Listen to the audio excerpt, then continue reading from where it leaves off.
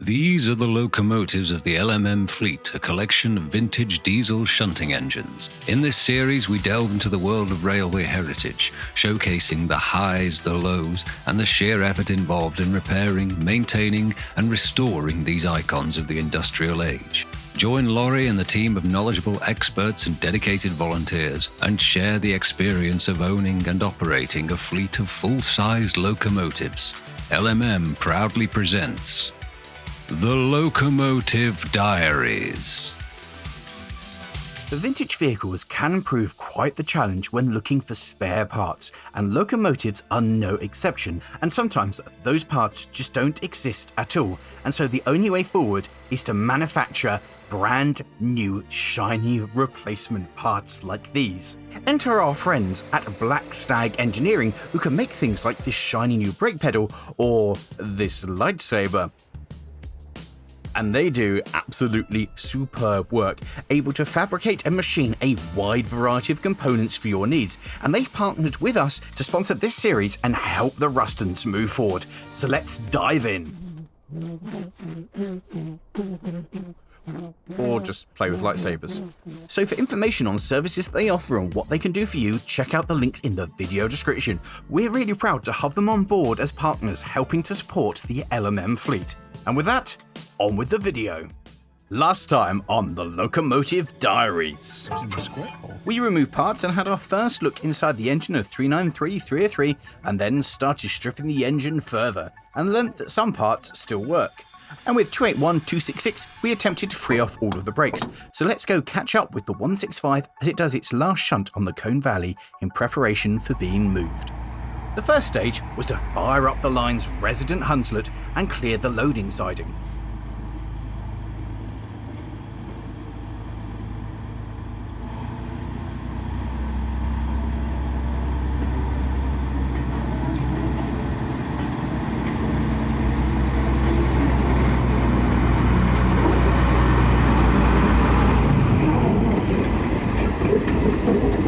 Being dragged was one of the railway's out-of-service Class 03s.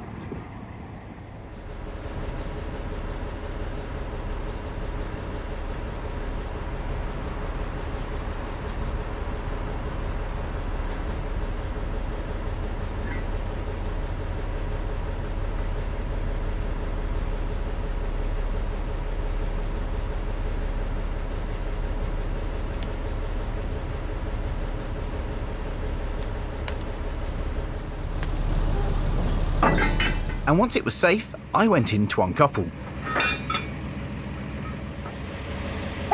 And having been uncoupled from the wagon, the Hunslet could go shunt the stricken shunter out of the way.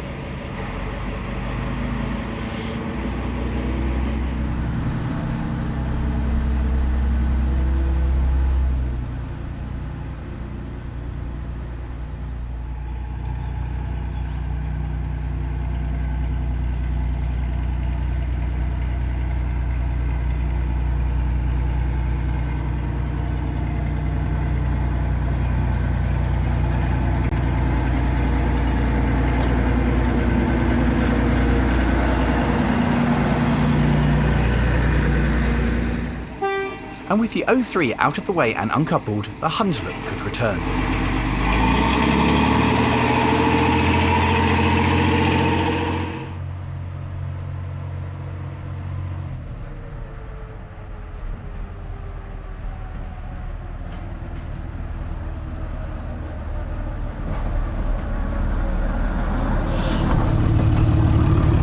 Next, I threw the points so that the Hunslet could move itself to the loading road.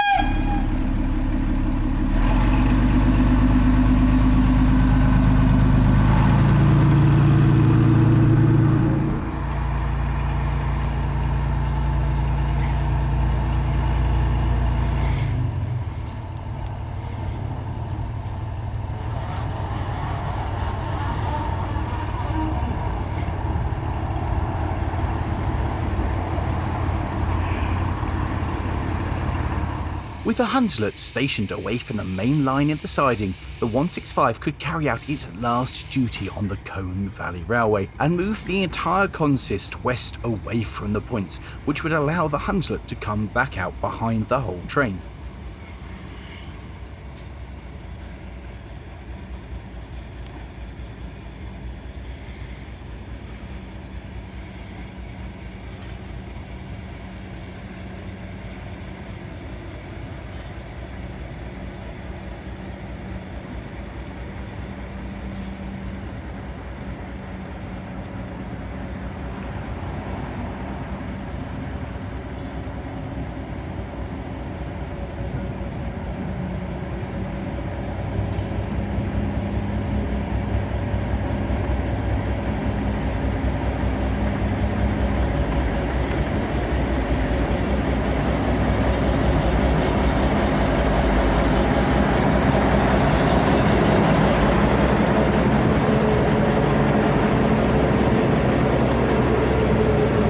The idea was to form a new train by shunting the wagons up onto the waiting 03, which then in turn could be shunted by the Hunslet onto the back of the 165 once that was in position.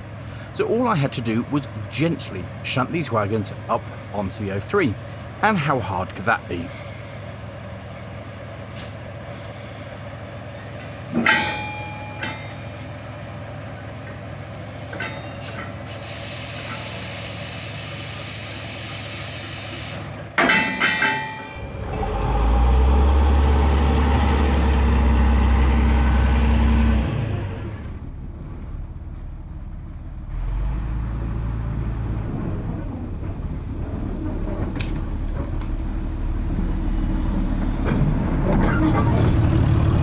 And with the Hunslet out of the way, all that remained was throw the points, stable the train, and then uncouple it from the 165.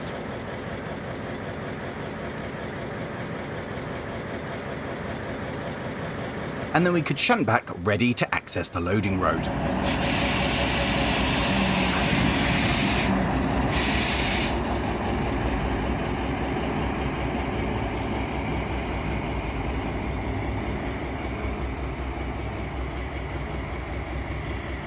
And with the rusting clear, the point could be thrown and the locomotive drawn forward.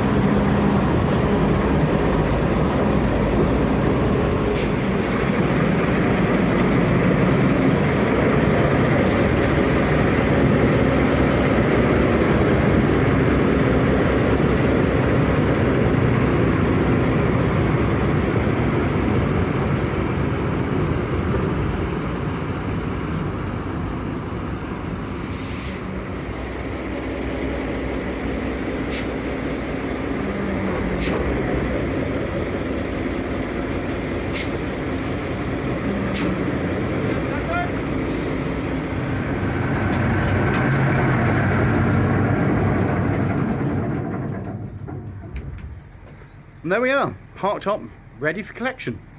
Oh wait, no, we've got the rest of the shunt to finish, but the important thing's done. This is now ready for collection. So all that remained to do was for the Hunslet to go collect the wagons and the 03 and move them onto the back of the 165, so that when it left, it was like nothing had changed at all.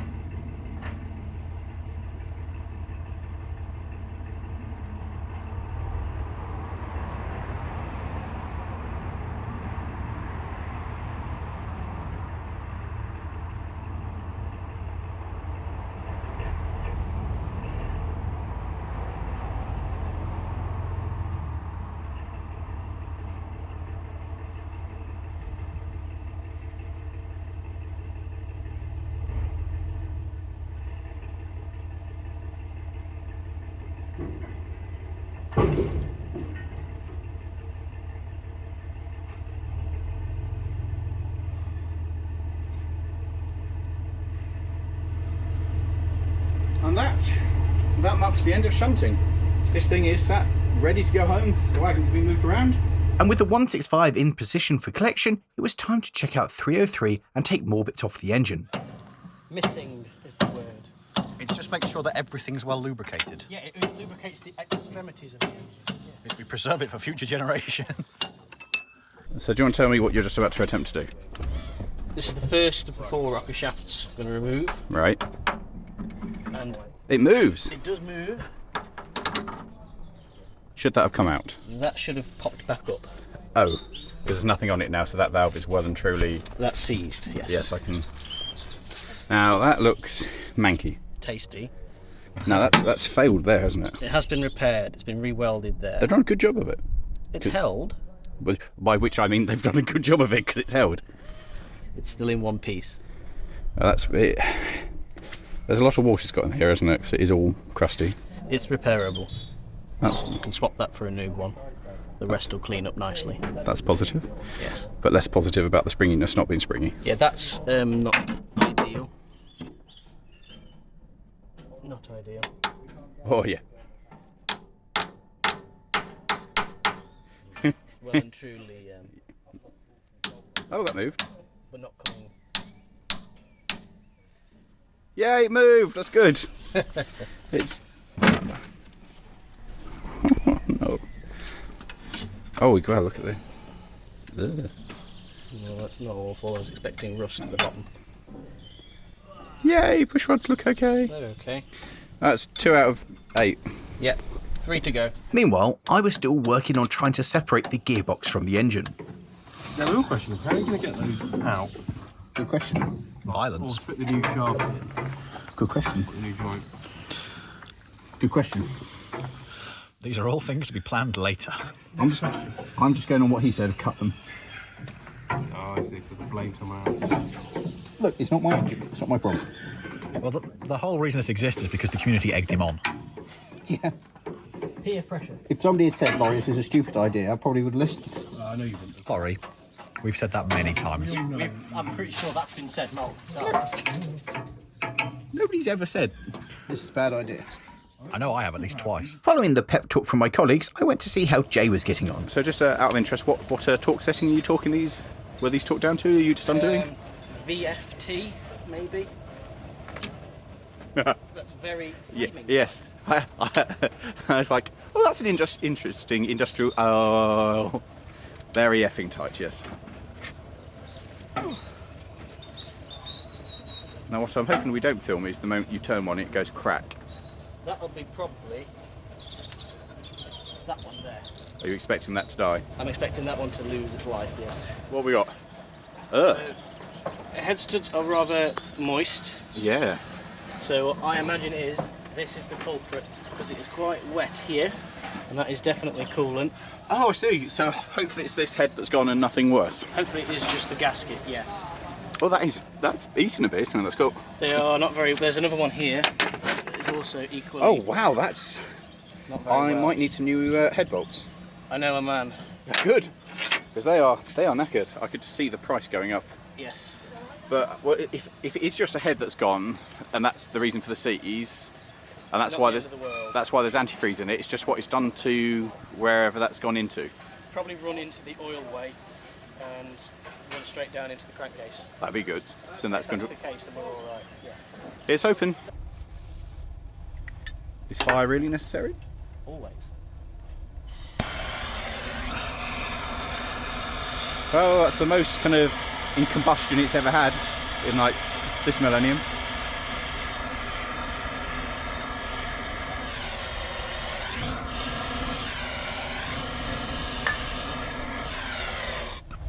Are you sure you know what you're doing? I haven't got a clue. Cool, thought so. Oh, that turned.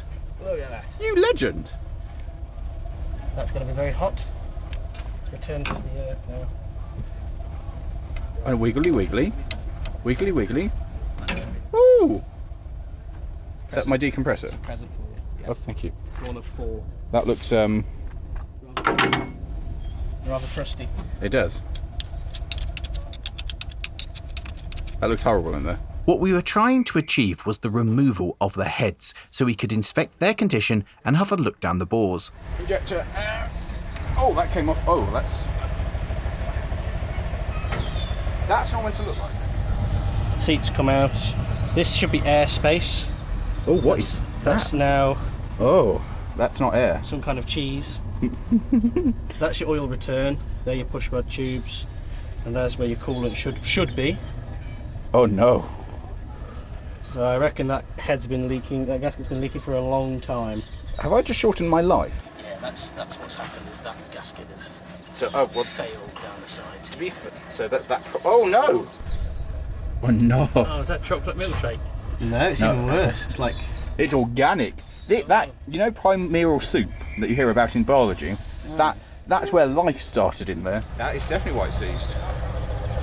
Look at that. That's just so as a pro tip from LMM here. This is not how the inside of your cylinder should look. where's that scraper? I put it on top here. Should this? Nice and carefully in the corner. Scary. Oh, that does not come off there.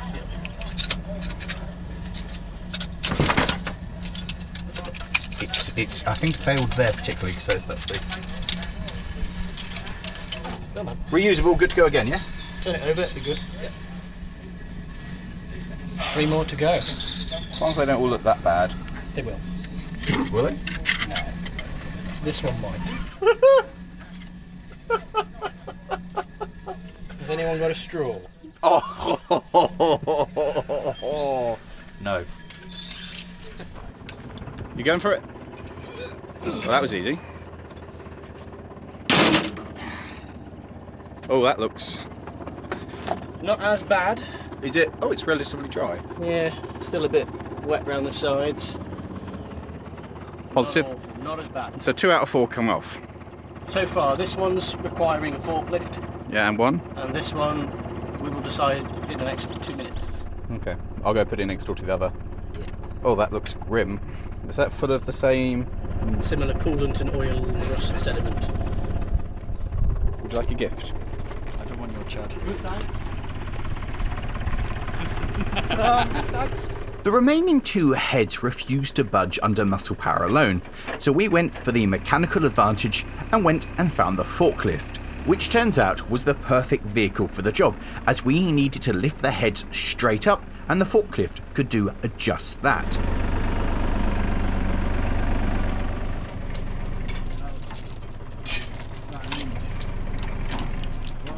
You go nice and steady up at that.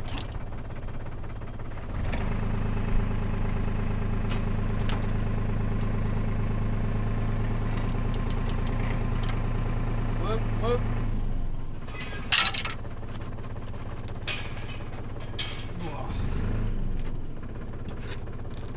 Give it a little hit to the side of the head with the mallet.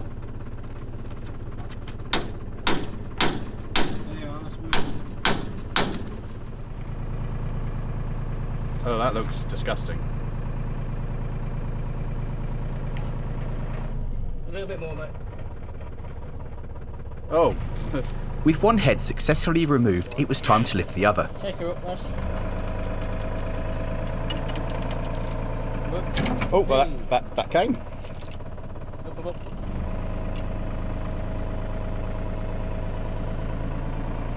Okay. Something alive in there. Oh, there he is. There he is. I should call him Rusty. Rusty the Damned.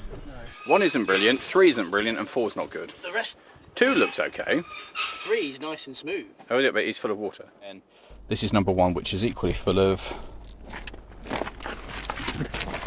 Not a chance. Once again, not a chance. Ugh. That gasket's good. That'll go again. Yeah. Oh, maybe not. No, not anymore. Not anymore. How much are they gaskets? £50. £50. You've just ruined £50 worth of gasket there. £50 sterling. Of good gasket. That was obviously doing its job well and truly. Oh yes, it was. Right until the point it wasn't. Yeah, which was like 40 something years ago. So do we assume that all the head gaskets bar one have failed? Or Yeah, this one doesn't seem as bad. Or do we think there's something worse if all three cylinders are, well, all three of out 4 cylinders are wet? Are we thinking there's something worse afoot? No, I think because this has been sat with the valves open, we know this one has because the inlet port of the head was soaking wet. So we know that that's full of water. These may have been on exhaust stroke, so that might be why that one's full of water. This one's running through one of the push rods and down through the oil way. Obviously, we don't know when the head gaskets failed. Could have been 30 years ago. Could have been the reason why they parked it up. You don't know. The rumour, what the bloke said in the scrappy, to pinch of salt, was it was running the day they picked it up. Well, everything ran at one point. I mean, it might have been running with broken head gaskets, but they kept pouring water into it. Likely, yeah. It's like, where's the coolant disappearing to? Oh, we'll just put more in. Good logic, good logic. Yeah. Don't wonder where it's going. Just top it up. Rad low, top it up. Rad low, top it up. Oh well. The exhaust smells funny today. There's lots of white smoke. In good news, the actual face is like new. Actual top To be fair, I need some good news today, so. Good news, everyone. Good news. Something that could be foobarred isn't as foobarred as first feared. No, not quite. Did you just get some of that inside my engine? No. Not if I do that. 100% sure that it won't, but... You never know. No, I do know, and I can tell you, I do know, and it will not. Jay had suggested that without the heads on, maybe the engine would rotate. Told you. No, not a sausage. Fill it with diesel, and it will. Your inside of your engine should not look like this. That is awful. But it does. Cinder 4 is definitely the worst.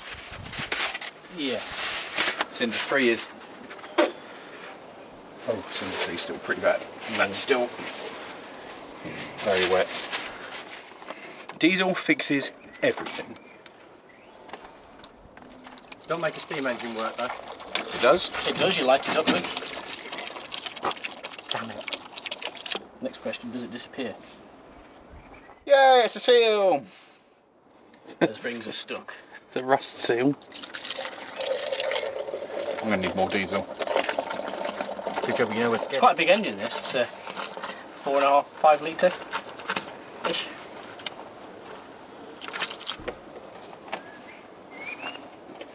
I have a horrible feeling that none of these are going to go down.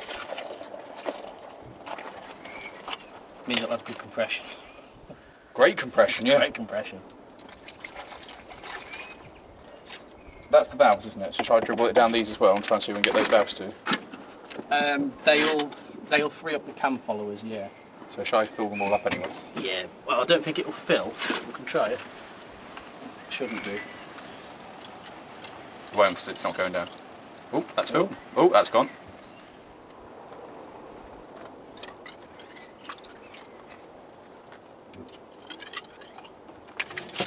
Diesel is a great cleaning material. Genuinely is, I've cleaned many steam engines with diesel. It's powerful.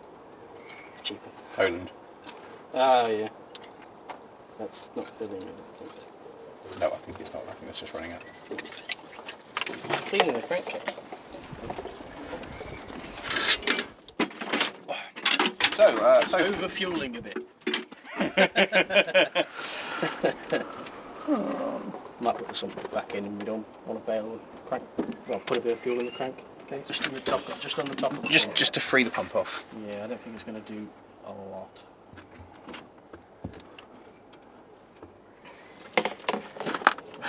That's not going anywhere. Meanwhile, Alfie had made a start on trying to free off the drive chains. We might need a bigger bucket, to be honest. As you recall, the main reason for getting 303 was to get the wheel set to go under 294-266 and return that to service. And so, with that in mind, it was time to make a start on cleaning them up and getting them ready. The other big job we had to do was take the axle boxes off and inspect the condition of the journals, and hopefully these would be okay. And just like everything else on 303, getting the split pins out of the crown nuts was proving to be a bit of a challenge. You got enough to there to do anything with? Yeah, I think so. Oh, look at that movement. Moving. Oh. And with the split pins out, it was just the simple matter of undoing the nuts themselves so we could split the axle box. And of course, some of these were a lot easier than others. Yeah, you got the easy ones. The next stage was to very carefully try and prise the two halves apart. We really didn't want to damage the axle boxes themselves or go too far and damage the journal within. But all of the years of being stuck together made it fairly reluctant to actually come apart. And after much gently wiggling, jiggling, and being kind to it, we decided that violence was indeed the answer and got vicious. And it turned out that this actually worked rather well.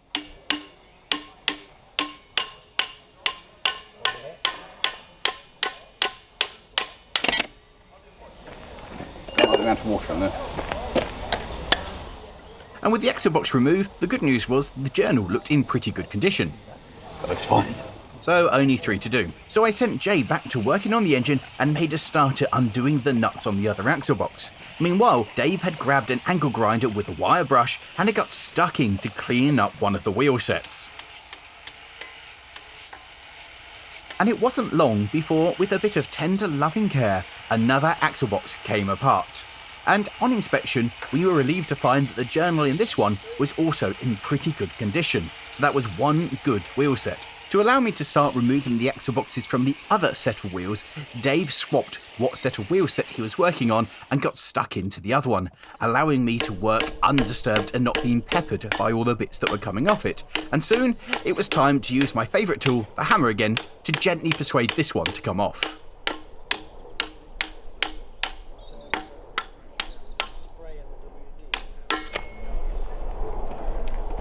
Yay! This journal was also in pretty good condition, so we went ahead and removed the axle box on the other side and then wrapped up the journals in cling film. This was to stop them oxidising and also to protect them from all the contaminants that we were now producing as we went about wire brushing the wheel sets to take them back down to bare metal so that we could then paint them and have them in a somewhat presentable condition ready to move over to the Mid-Suffolk Light Railway. And on this end, everybody got involved and we had a whole production line working on getting the wheel sets cleaned up and ready. And this was really good news because unbeknownst to me, over at the Mid-Suffolk Light Railway, 294-266 had finally been moved over the pit inside the shed for works to begin in preparation for the wheel swap. And we're going to have to drop the brake bars off, as I thought, because they go underneath the axles. Look at this. Crikey.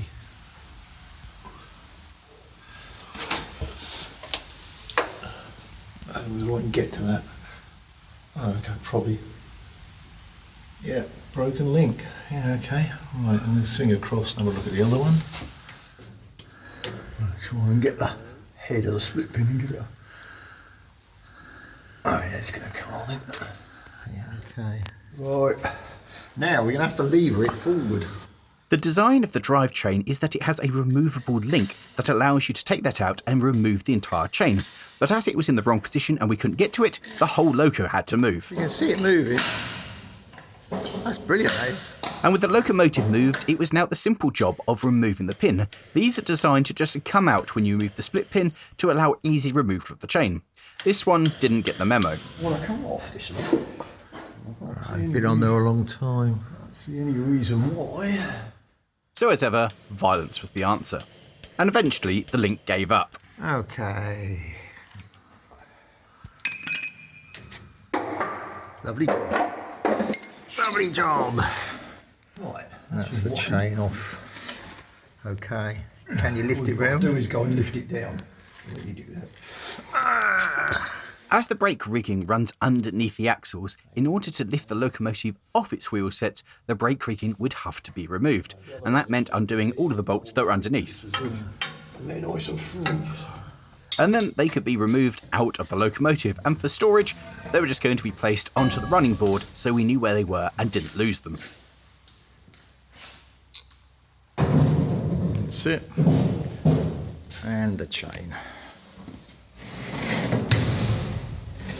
There's that busted link. Ah, yes, let's have a picture of that busted link. See if you can get a close up of it. Yeah. Okay. Oh, that's beautiful. And just like that, the brake rigging and the drive chains were removed, meaning that theoretically all we had to do was unbolt the axle boxes and we should be able to lift the Ruston off its wheel sets. And with that, join us next time where we discuss different kind of tools and discover disgusting looking liquids and of course do some painting. And if you have enjoyed this one, how about clicking over there for other videos you might enjoy, including finding the 165 and other railway related stuff. If you want to help out with the project, get in touch or visit the Discord where we organise our working groups, or down there is the link to the fundraiser to help fund the restoration and maintenance of the fleet. Thank you all very much for watching, and of course we'll see you next time, and of course do check out Black Stag Engineering, our sponsor. Ta-ra!